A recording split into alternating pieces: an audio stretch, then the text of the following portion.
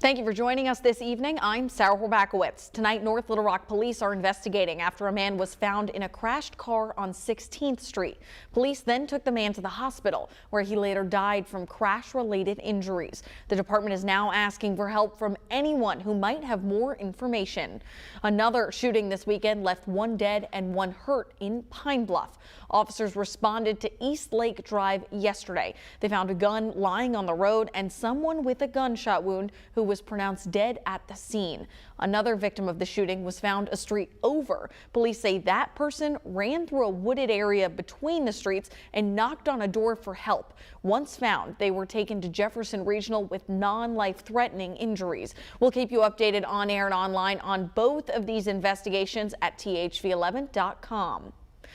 Now, across the country, dangerous heat levels are impacting millions of Americans. Severe weather also brought flooding to the Northeast, killing at least 5 people. Heavy rain and flooding forced roads to buckle. Meanwhile, according to the National Weather Service, more than 100 million people are under heat alerts right now. You may be heading to the pool to try and escape the heat, but doctors warn that might not be enough when it's this hot. Don't assume that being in a pool is cooling you off enough. You have to drink the right amount of fluid. The Northeast thunderstorms led to multiple ground stops at airports. According to FlightAware, there were more than 2,000 cancellations in the U.S. and over 6,000 delays. Now, Corrales, the weather's not quite as severe here, but we are still seeing those hot temperatures and some of those hazy skies. Yeah, so the wildfire that has been persistent in Canada, a lot of that has been producing some of the smoke, and it's been creeping as far south as here in the mid-south. So here's a look at that smoke detector. You see all the shades of the red there. Some of that wildfire smoke has been making its way down here, blanketing much of the state, or I should say the skies, with medium to heavy hazy conditions. So that's why it's kind of looking a little bit cloudy out there. On top of that, we are seeing clouds with this complex of storms to our south building in, some high clouds. So that's why we are seeing the conditions we're seeing outside in the sky. Fortunately, not seeing any active severe thunderstorm warnings like we've been seeing across southern portions of the state for much of the afternoon and evening. A lot of that, the brunt of the system really isn't much of Louisiana and into parts of Mississippi. So we're still just tracking some showers moving across the region to our south tonight. We'll be quiet here in central Arkansas, seeing a gradual decrease in the clouds with another mild night, temperatures dipping into the mid to low 70s. We have some hot days though in the forecast, as we mentioned, that intense heat that's been impacting parts of the nation. That's going to be reaching us here later this week. So more information on that is coming up. All right, thanks, Corrales. Now, recycling in Arkansas is about to get a little easier, all because of a new glass recycling plant coming to North Little Rock. And as THV11's Brooke Buckner shows us, having one right here in central Arkansas will have a big impact. Right here off of Highway 165 in North Little Rock is where you'll find the site for the new glass recycling plant. The founder of Epic Glass Recycling tells me this is going to look a lot different next year, and the facility as a whole will benefit the state in several ways. This will be the first facility in Central Arkansas, really in the state, to recycle glass products. Courtney Little is the president of Ace Glass and founder of the nonprofit Epic Glass Recycling. He says having this new plant will save money and create more convenience for Arkansans. The ultimate goal was to do something with glass, and glass does have value, but only if you process it and do something with it locally. By the time you ship it out of state, all the value that was in it goes to shipping cost. And he says it will also save money on road construction across the state. There's already a couple projects in the state that have used it, but they had to buy it from Florida. So if we have it here, it's cheaper, better for the projects. In addition to cutting down on shipping costs, Little says it will also cut down on waste. People don't have a good place to put it. It goes in the trash maybe, or it ends up under our, on the roads and roadsides. And so we're just trying to find a place to, to put it back to work. He plans to create even more glass drop-off sites to encourage people to recycle. So we're trying to find some local commercial partners that they're in the traffic pattern. You're going by anyways, or you're going there to shop anyways. That's a convenient place to drop off your glass while you're going in to do something. Meanwhile, he's working to have the plant up and running early next year. In Pulaski County, Brooke Buckner, THV11 News. Parvovirus has made its way to at least one central Arkansas animal shelter. The staff is on high alert, and they've even closed their doors temporarily because of it.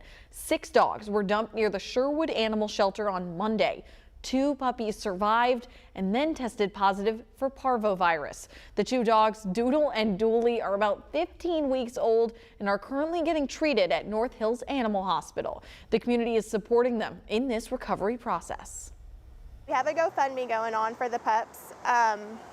Doodle was originally on it, and we added Dooley, his brother, to it to help fund for the parvo treatment and then for Doodle surgery. On top of fighting parvo, Williams says Doodle has a broken hip and fractured pelvis, but surgery has to be postponed because of the virus. In the meantime, Sherwood police are looking for the person who abandoned the dogs and the person who hit them and kept driving. If you have any information, you're encouraged to call police. The shelter plans to reopen to the public on July 24th. Now, when you go to buy an over-the-counter medicine, you'll often find you can purchase it in liquid or pill form. But some people say despite the taste, liquid medicine is better. But is that true? Well, let's verify. Here's Brandon Lewis. Some users on TikTok are wondering if liquid medication is more effective than capsules. So let's verify. Our sources are the Orlando Clinical Research Center, Procter & Gamble, the makers of the popular cold medicine Dayquil and NyQuil, and Philip Girk with the Virginia Commonwealth University School of Pharmacy. To start, verify, check the labels of Dayquil and NyQuil liquid, liquid capsules, and traditional capsules. All 3 contain the same amount of medication for an adult dose. The only difference is how quickly it's absorbed. Your stomach needs to break down capsules, while liquid medication can go straight to the small intestine. Although Girk says the time difference isn't substantial. We're talking about a difference of really a few minutes rather than hours. So, no, liquid medication is not more effective than capsules, but it can provide slightly faster relief. With your Verify, I'm Brandon Lewis. Here in Arkansas, agriculture is one of the largest industries, and when you hear that, you probably think rice and soybeans. But another big Arkansas crop is grapes that make wine. We're actually home to some of the largest wine producers in the country. A couple months ago, we gave you a close look at that rich history here in the natural state, and a key component to that is grape breeding. It's a process that takes decades, and the University of Arkansas is seeing the fruits of that labor. So one of the main reasons it takes decades is because in grapevines we don't really see fruit for 3 years. So you plant the plant, it grows into the vine grows, and then the vine produces grapes, but not until about the 3rd year. Tonight at 10, THV 11's Jalissa Garza gives us a closer look at the grape breeding process, plus how the university is having an impact on the wine industry in Arkansas and beyond. Now, headlines that make you squirm, this is one of them.